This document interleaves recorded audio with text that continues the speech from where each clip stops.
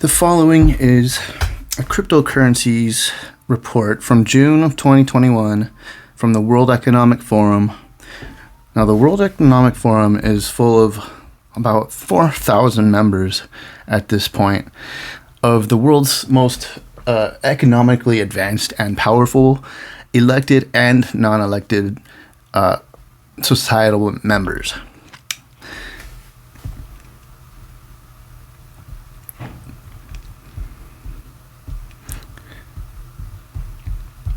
Now, before I start, I want to go to one of the last pages here where they actually highlight, I think it's 5 or 6 different cryptocurrencies themselves. And I have talked about pretty much all of these, except for CeeLo. I've never really went over CeeLo. Well, I will add, though, that there's the CeeLo Alliance contains, I don't know, maybe 40 different startups and different cryptocurrencies, and one of those is Flexa, which is with the ticker with the cryptocurrency AMP, just so you know. All right, so most of the people who watch my channel know about all these cryptocurrencies. Algorand is one, Cardano, CeeLo, XRPL. Now notice they're not saying XRP. All right, so there is a difference. They're saying XRPL, so I don't know if what they're trying to say about that. Solana and Stellar, and that's Stellar is XLM. Solana is SOL. Cardano is ADA. Algorand is Algo, ALGO.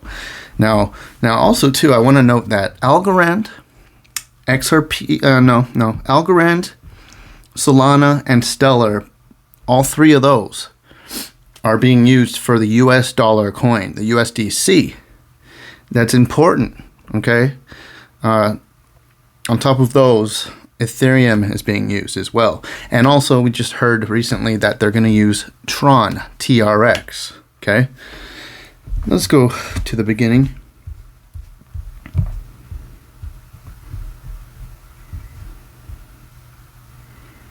All right, so this is their take on cryptocurrencies. And with anything they say, I would say take it with a grain of salt, but it's basically, this is the whole meal, all right? And we can add some salt to it, but not really. This is what they're telling us is what they will be creating for the future of finance. And they've been working on this for a long time. Executive summary. As cryptocurrencies transform how we trade, transact, and interact online, it has become more important than ever for technology leaders to have experience with these innovations. Since the creation of Bitcoin in 2008, cryptocurrencies have been subject of uncertainty, skepticism, hype, and disillusionment. While still early as a technology category, cryptocurrencies are now maturing and have demonstrable utility. As of this writing, cryptocurrencies in aggregate are valued at over $2 trillion in market capitalization. Cryptocurrency-based lending applications and decentralized trading venues currently command $65 billion in onboard assets. Just in the first quarter of 2021, over $1 billion worth of digital collectibles and digital art traded hands underpinned by cryptocurrency networks. This is not to mention the areas that are still in exploratory phases. Community governance, file storage, and cross-border payments, among others. Okay, those are very important. Filecoin comes to mind for file storage. Community governance is, Ethereum, anything DeFi. DeFi is going to be huge. Cross-border payments, obviously we got XRP, Stellar, Zinfin, and now we have AMP joining the game. As cryptocurrency matures, there has been increased interest from technology leaders in understanding this industry. While there is no shortage of content that exists explaining cryptocurrency technology and the promise that it holds, there is little reliable, practical guidance on where and how technology professionals can get started with hands-on cryptocurrency. This guide serves as a manual for corporate leaders, including, but not limited to, Chief Executive Officer, Innovation Officers, Chief Information Officers, Product Managers, and other technology professionals. Let me say that one more time. So they're not talking to people like you and I. We're just normal people, mostly. I mean, there might be some very important people listening to my channel. If so, ayo, shout out to you. Leave a comment. Talk to your powerful friends and tell them to listen to my channel too. But this is for just the little people, right? Or this is not for the little people. This is for CEOs, innovation officers, chief information officers, product managers, technology professionals. Okay, so they're catering to people who they have kind of prestigious titles, right? Important people, right? So let me go on. You should come away with an understanding of how to transact and trade cryptocurrencies, view and participate in the underlying blockchain systems, get started programming decentralized applications, engage in blockchain governance systems, reason about both privacy and scalability trade-offs among different cryptocurrencies, and research and consider relevant jurisdictional guidelines and regulations. The best way to be equipped to speak to, engage with, and apply cryptocurrency to your life and your workplace. And the workplace, guys. Okay? This is going into the workplace. This is going everywhere. I say is not to read about it, but rather to start working with it directly. The contents of this manual are your guide for doing so. Note about scope. This guide speaks strictly to cryptocurrency, digital assets, and digital infrastructure such as Bitcoin and Ethereum that are open sourced and public. It does not address private or permissioned blockchains or their related digital assets.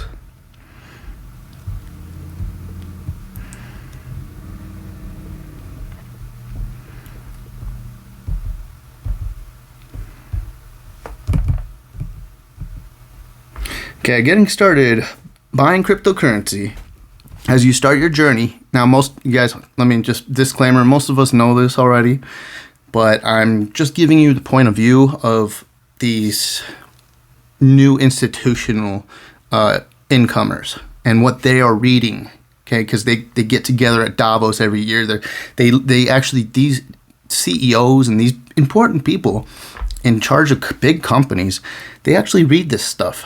And this is actually just a very well put together source of information, right? You go to the World Economic Forum website, you're going to find very well put together and written articles that are very precise and to the point. All right, but they are biased. They will tell you their bias. They will tell you their point of view. And this is how we want to run the world in the future, because this is what we think is going to happen, and this is, basically this is what we're going to make happen. So,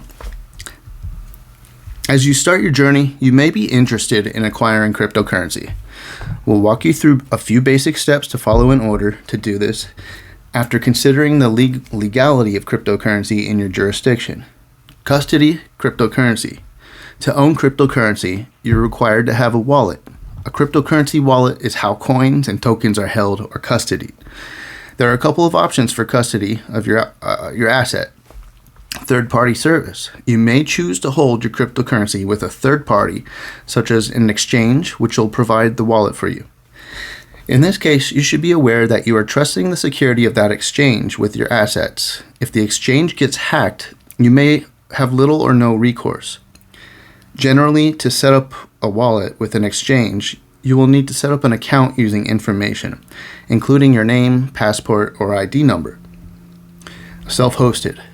You may choose to self-host your wallet. If you go this route, you will bypass these identification requirements of third-party providers. You will also be taking the security of your assets into your own hands. Be aware that if you lose the necessary materials to access your wallet, you will have no recourse. The type of cryptocurrency wallet that you will want will depend on the specific needs and features desired. Some cryptocurrency wallets only support specific cryptocurrencies or have limited functionality.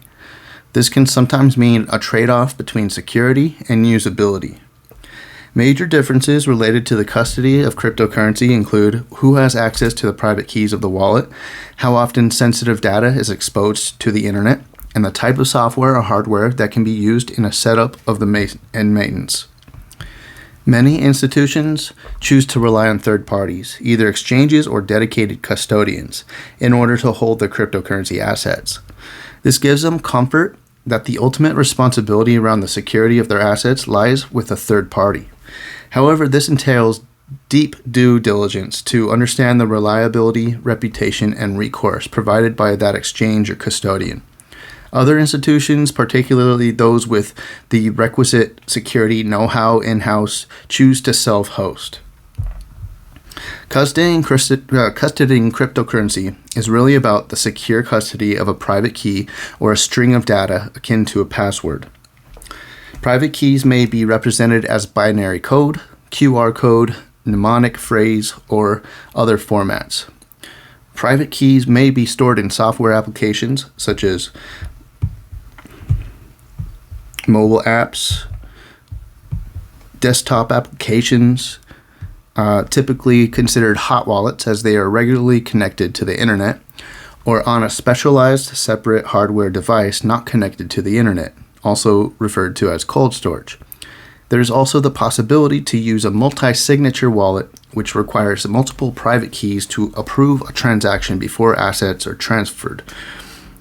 In theory, this can increase the security of funds. There are pros and cons to each type of wallet with differing security, recovery methods, and usability. Determine a method to acquire cryptocurrency.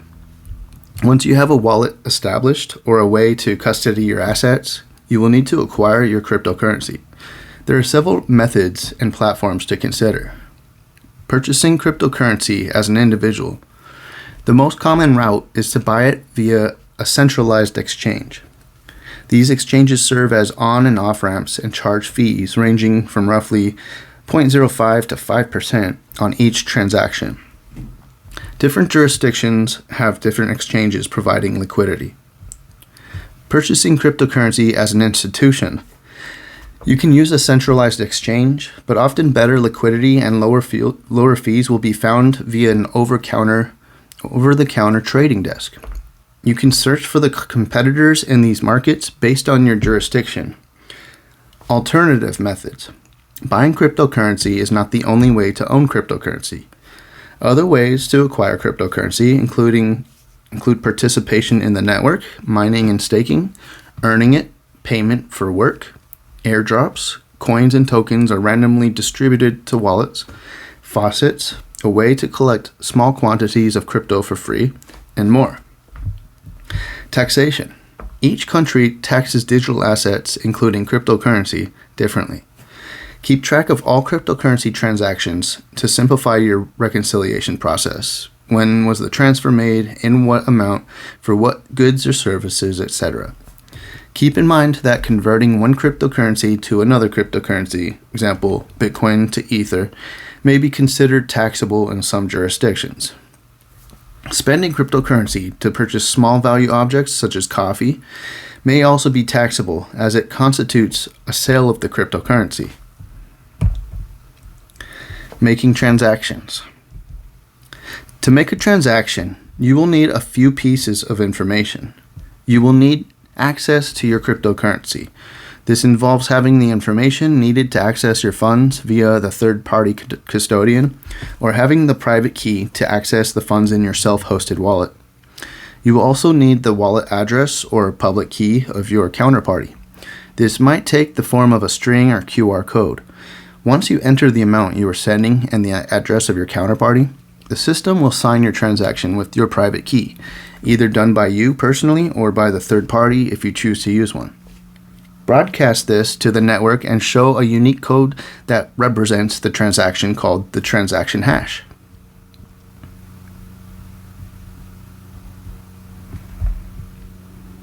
Exploring the blockchain.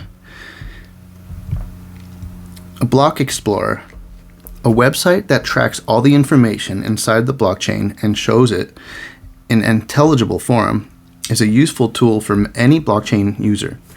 It acts as a search engine for a particular blockchain, allowing users to verify transactions or check the status of the network.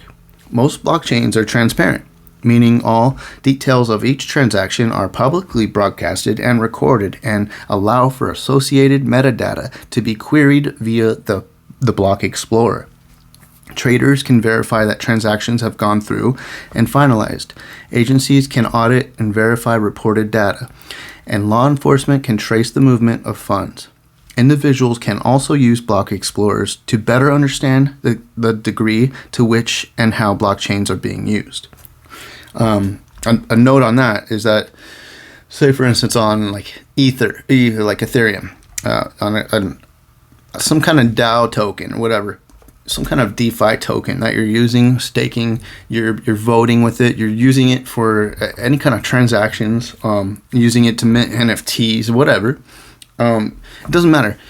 Any kind of Ethereum address that you see, you can plug it into Etherscan, and you can see all. And then there's also other websites. I'm not gonna go into that right now, but there's other websites you can use to where you can see exactly what is plugged into what in that address and how it's being used in different ways. And we are innovating, and it's just exponentially being more more advanced every day. Every day we're getting more and more advanced into how actually publicly available all this information is. So, for instance, I'll give you an example. I found someone who is a billionaire's address the other day, and I had to manually type it in, and I did that, and I went to a certain website to where I could find out exactly what he's doing with that address, with all his money on that address, and how many coins he has, how much of each, what his latest transactions are. Turns out he's been buying a ton of this one token that I'm holding and staking right now for 15,000% APY, making decent money on that. So, and the token is Ohm. I'm not pushing it too much because I want that APY to stay high. So I ain't trying to put out videos on it and stuff, but just a little token for you to nibble on. All right, let's go on. Pseudonymity. I can't even say that word. Verse anonymity. I'm tongue-tied, but I think you see if you can read the screen. Pseudonymity versus anonymity. Anonymity. All right. Most blockchains enable pseudonymity, but not anonymity. I usually can say that. All right. Meaning they don't guarantee that a user will be unidentifiable. Pseudonymity means that identities on the blockchain are not directly linked to real-world identifiers such as names, addresses, or identification numbers. When looking at a block explorer, you will not see names of individuals or institutions, but rather strings of data representing these holders' public key addresses.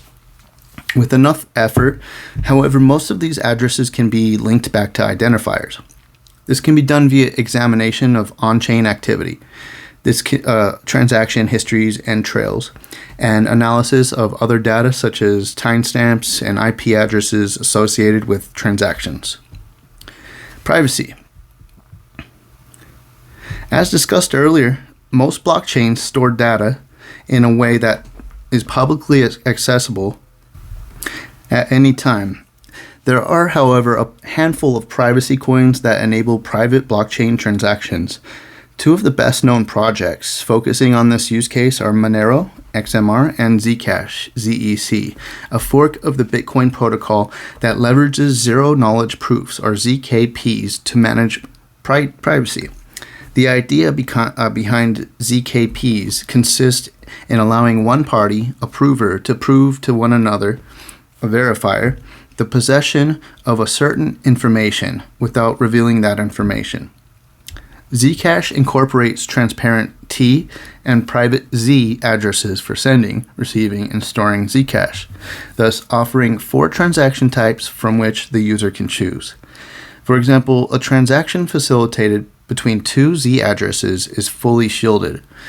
This implies that only the fees paid and occurrence of the transaction appear on the public blockchain, while the addresses, transaction amount, and the encrypted memo field are not publicly visible.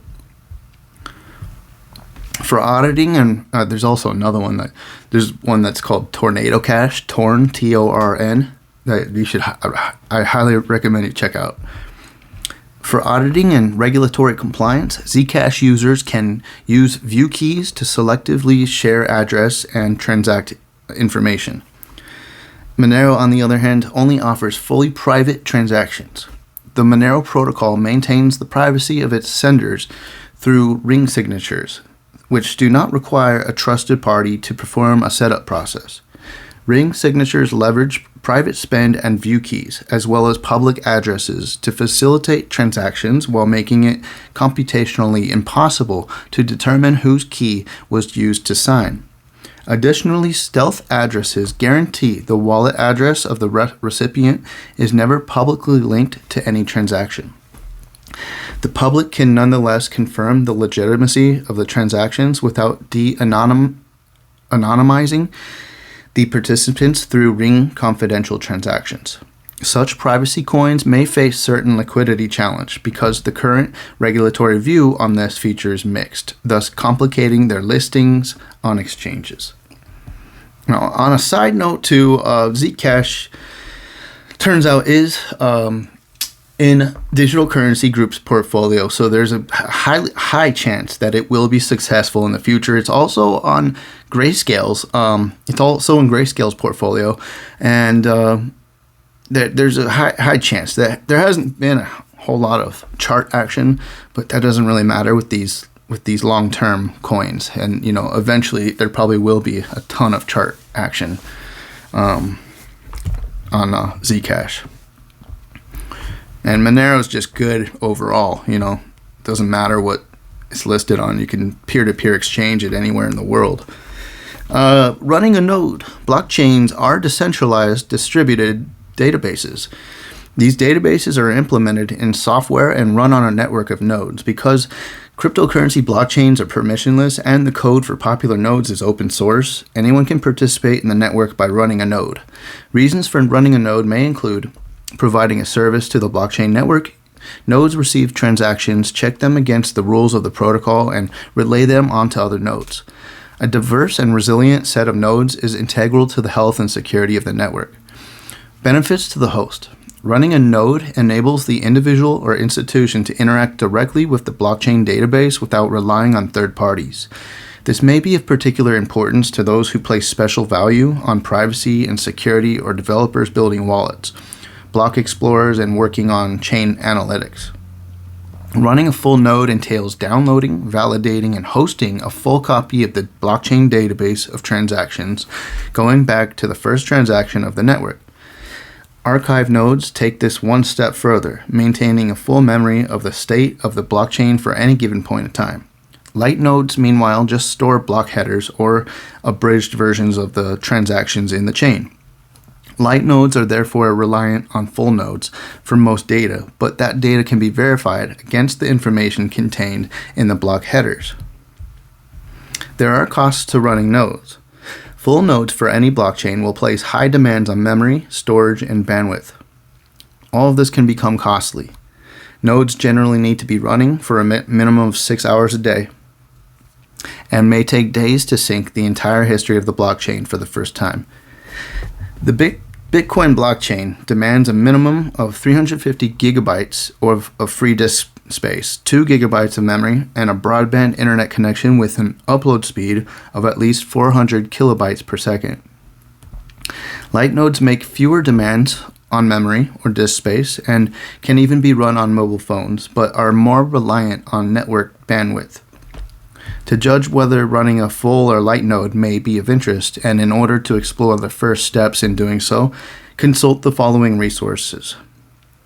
And they've got a couple links here. And then let's go down here. Consensus mechanisms and mining. Consensus mechanisms are a critical function that secure permissionless blockchain ledgers and enable the characteristics of immutability and censorship resistance. Proof of work, the mechanism for Bitcoin, is perhaps the best known. Proof of work mining is the process of computers competing for a reward by executing a cryptographic mining algorithm to meet an output of a predetermined difficulty level. Bitcoin miners hash 4 inputs using the SHA-256 cryptographic hash function. The transactions of a block, the hash of the previous block, the timestamp, and the nonce, a random number.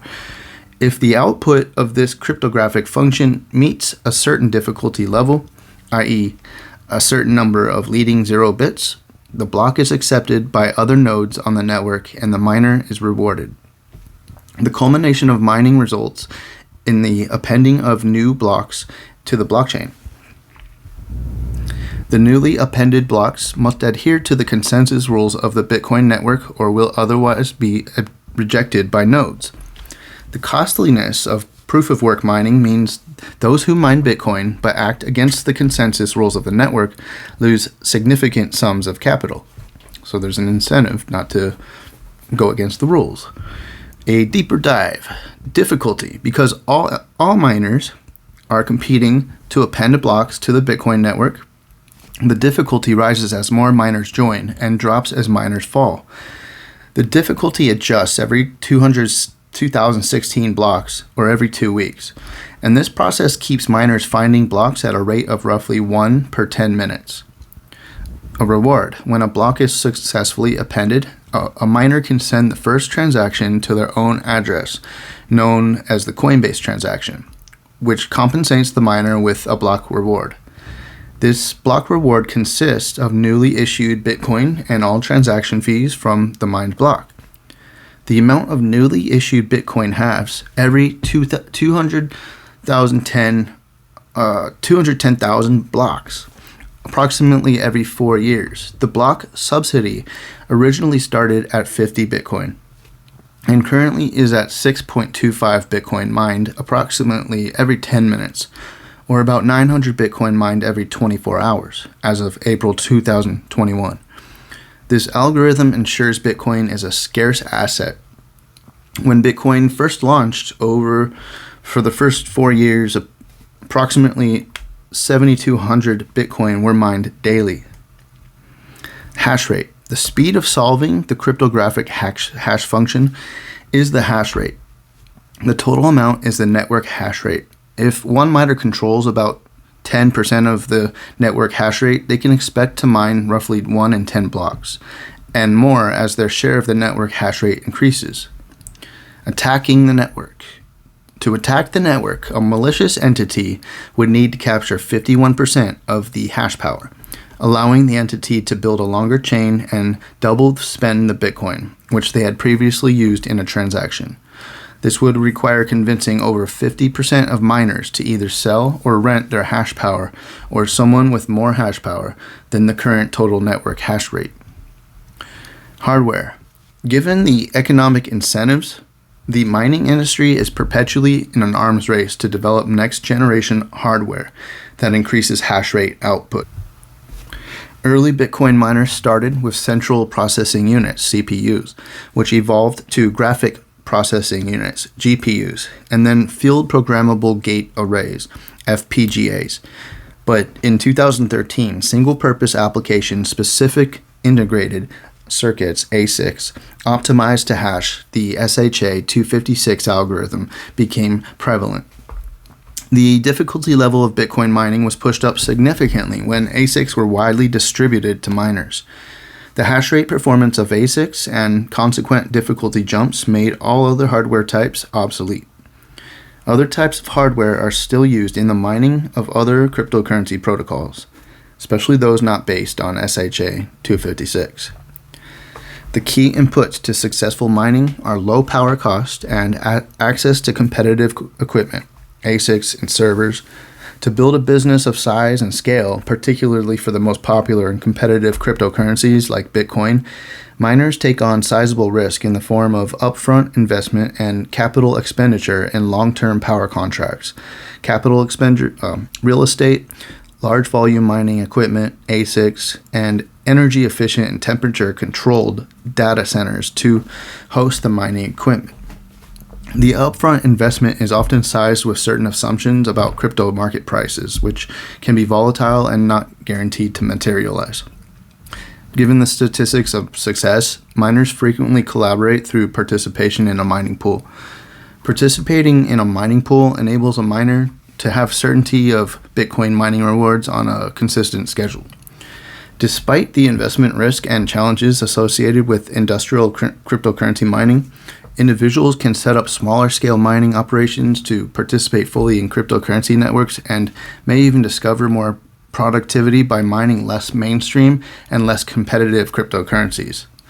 On a side note, I've got plenty of friends who are mining not Bitcoin, but more of the less known cryptos that are sure to become more prevalent in the future, and that's kind of how Bitcoin miners started, and a lot of them did become very wealthy by now. So, if I was going to mine something, I probably wouldn't be mining Bitcoin.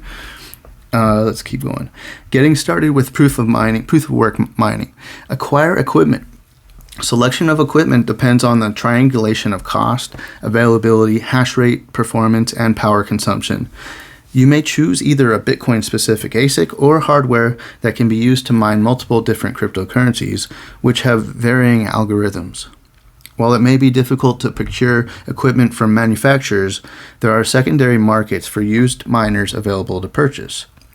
As the mining hardware can be loud and hot, often running more than one miner may require finding a data center hosting location with a low cost of power.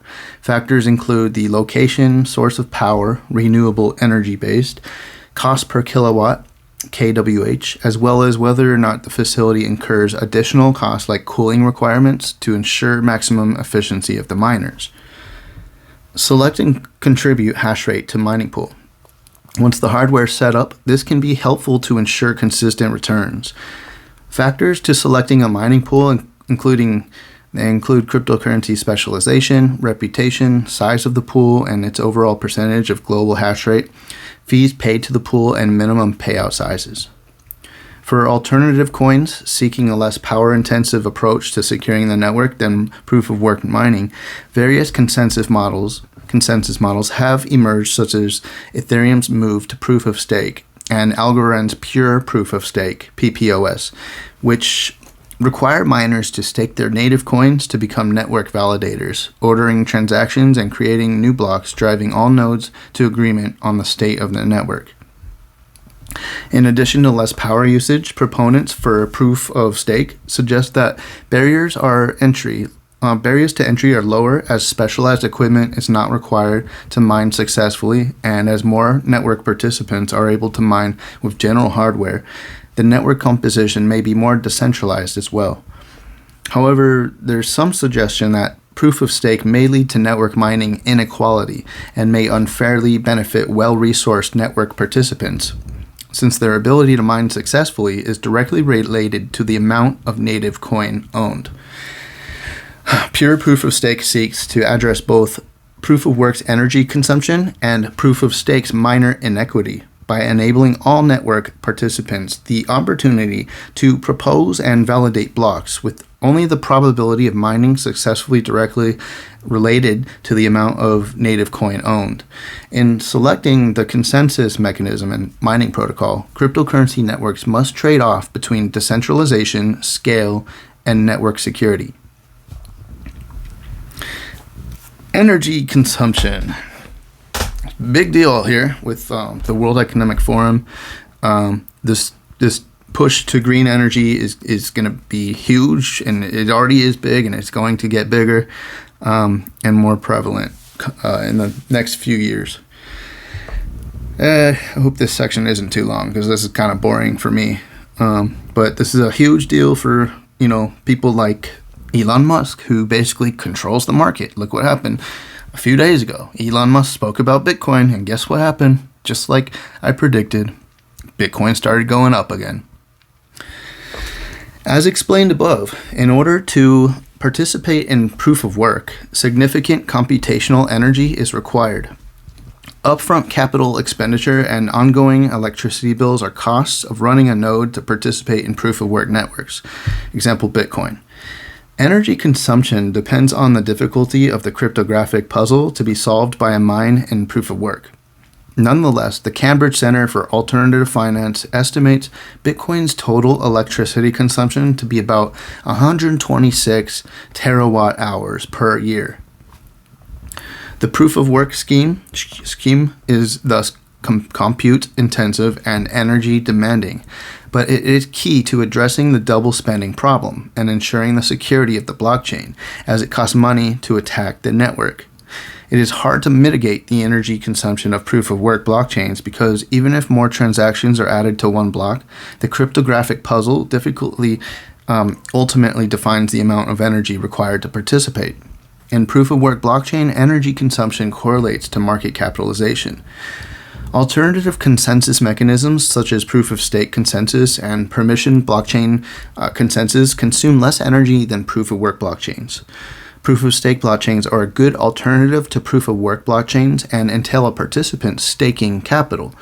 This consensus mechanism consumes much less energy and provides adequate security. However, proof of stake consensus is less battle tested than proof of work. Yeah, about like 5 years less, about half the life of cryptocurrency in general less. So yeah, the network is much smaller than Bitcoin's network. This consensus mechanism consumes, however, proof of stake consensus is less battle tested than proof of work, so it cannot be said with full certainty that proof of stake consensus provides the same security level as proof of work. Permissioned blockchain improves efficiency and latency while also reducing energy consumption. Permissioned blockchains are especially suitable for public institutions aiming to decentralize some of their operations. However, they do not give the same flexibility when it comes to decentralization of participants. Bitwork is the most decentralized network out there. Make no mistake about it. It is the most secure and decentralized network out there. Thus, when a user is participating in a blockchain network, they should assess what the economic benefit is of choosing a specific type of consensus mechanism and ensure the energy consumption is weighed sufficiently against benefits. Programmability. This is one of the best parts, guys. This is programmability of money. Is smart contracts. This is the future, guys. This is the future. This will get rid of a lot of people's jobs. A lot of people are going to have to look for new jobs pretty soon, coming up.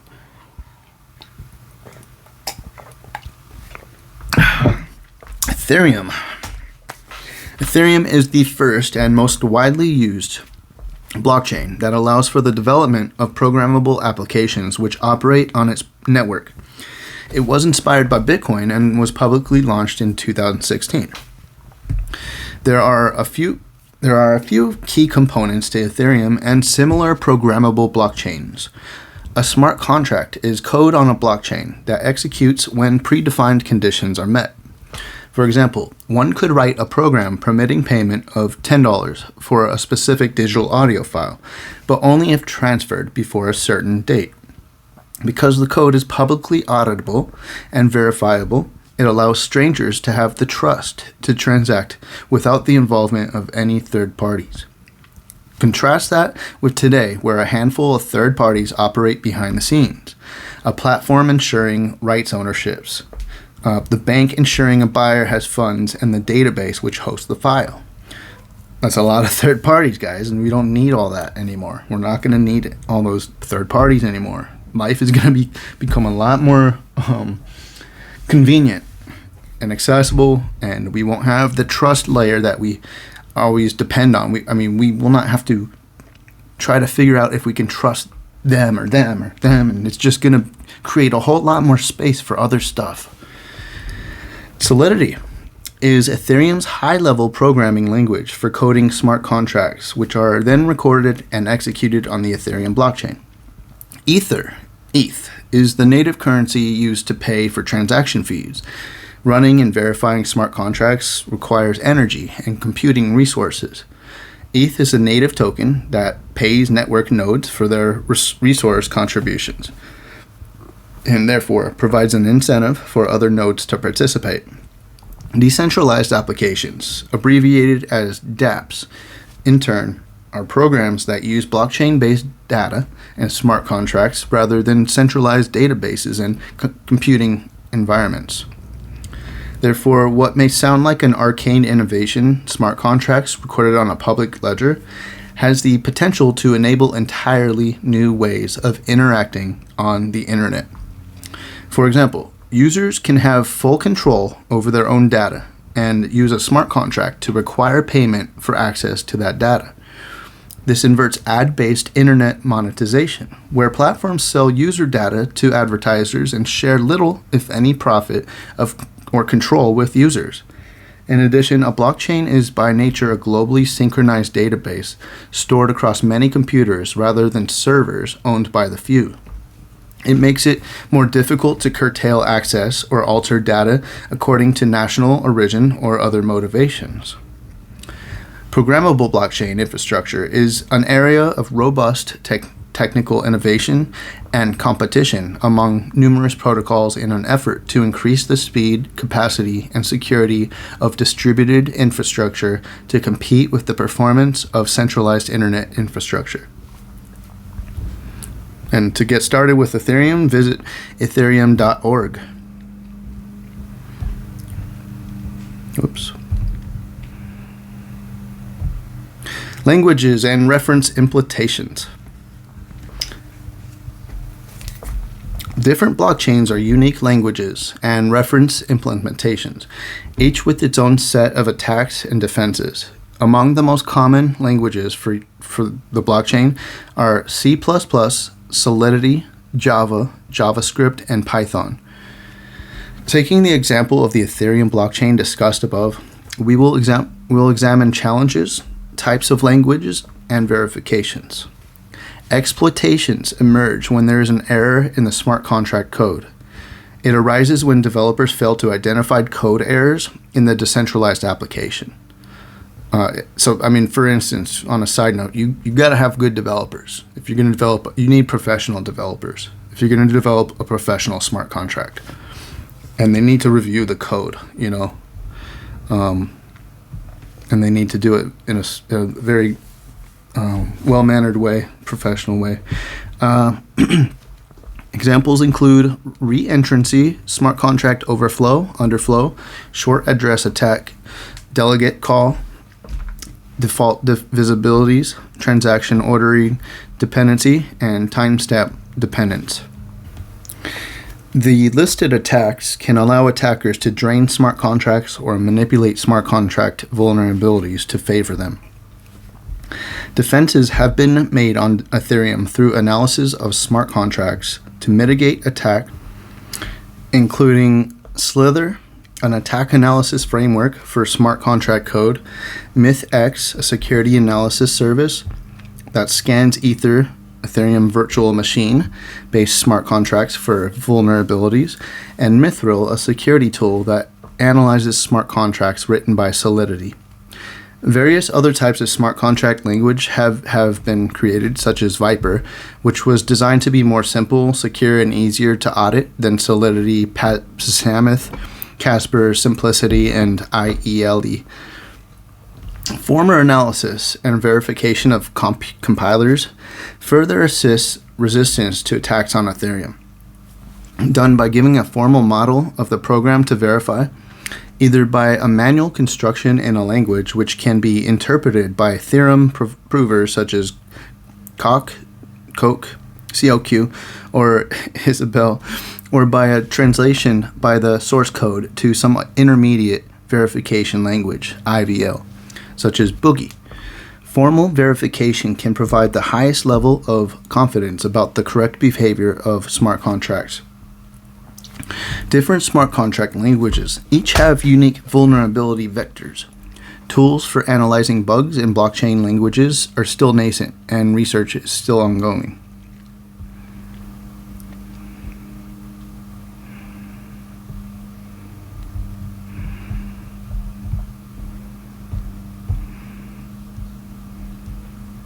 Governance. Now this kind of has to do with DeFi, and this is like one of my most optimistic types of cryptocurrency usage, basically blockchain usage too. Let's go forward.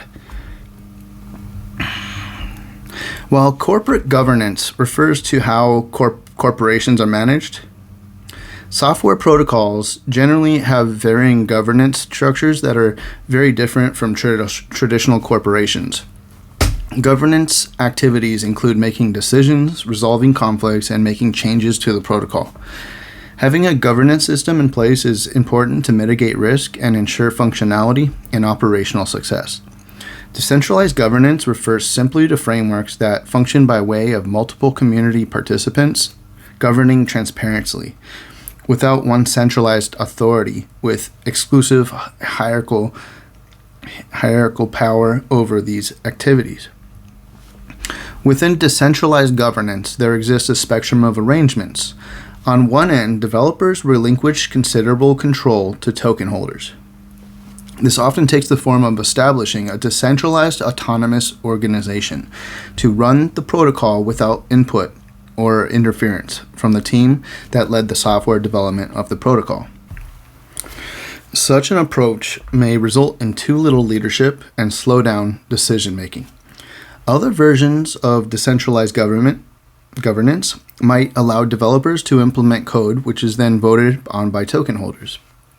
A final common version features developers that implement code and make a wide range of decisions, while reserving other decisions or override rights for token holders. There also exist a variety of voting arrangements. Two common mechanisms are one token, one vote. Allows for token holders to express opinions through their tokens, with one token allowing one vote. Thus, those with larger token holdings possess a larger share of voting power. Many protocols allow delegation of tokens for voting purposes so that token holders can combine votes. Quadratic voting allows token holders to express both direction of preference and degree of preference through allocation of votes. Quadratic voting can lead to smaller holders having relatively more say than they would under a one token, one vote model.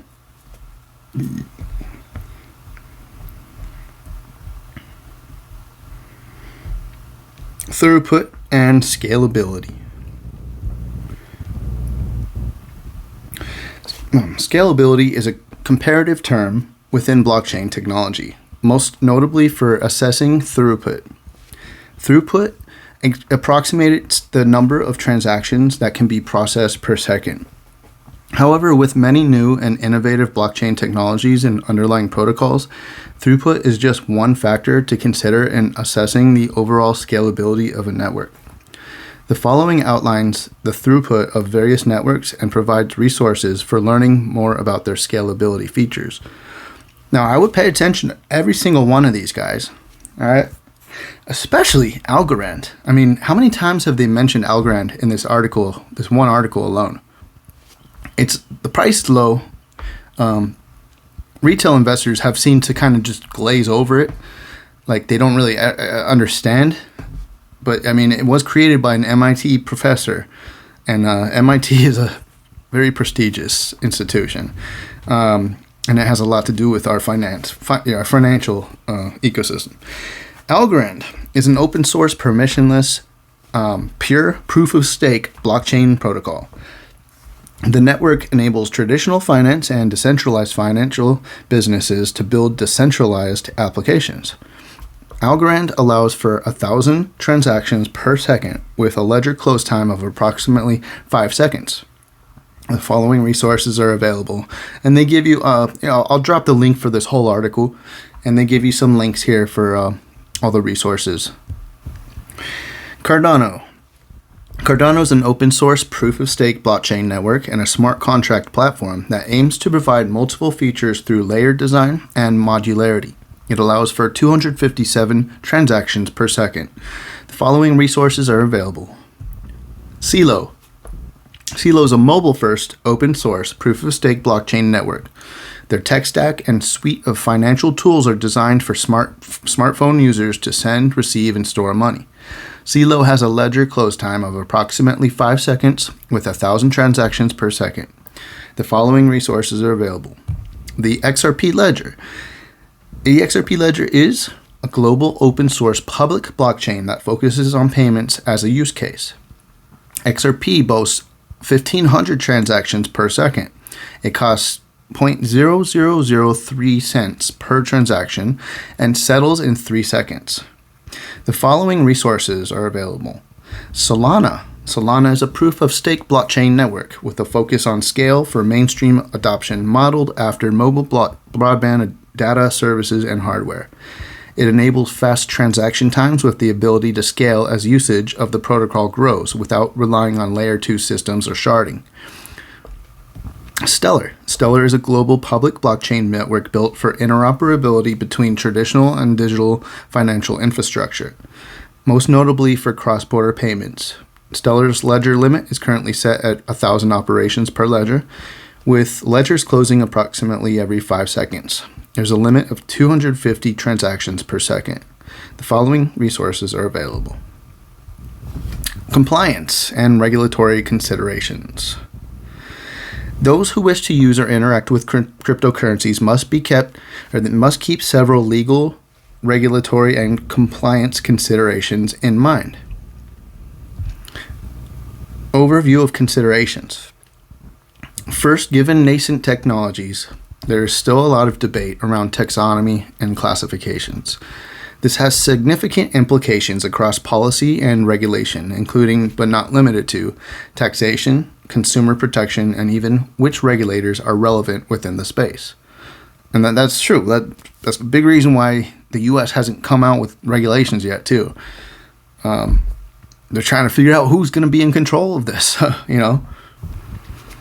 Regulation and compliance requirements related to financial crime are particularly relevant with Know Your Customer, KYC, anti-money laundering, AML, and counterfeiting the financing of terrorism, CFT, schemes in the center of many national and international policy and regulation decisions related to cryptocurrencies.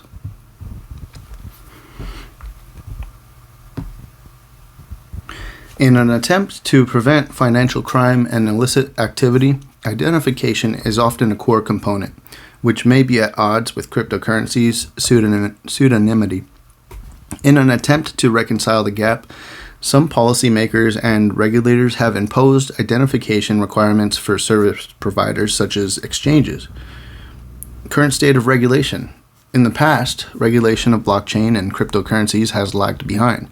As regulators, I'm sorry guys, my throat has an itch in it that just won't go away, and I keep having to pause, and it's just not going away. I'm going to have to cut this one short, but there's not much left. You guys can read the rest of it if you want. I'll leave the link in the description, and hope you enjoyed this. It's very informing of the future of crypto, in my opinion. There's a lot in there, a lot of little nuggets, okay? All right, so you guys have a good one, and Crypto Mike out. Love you guys. Peace.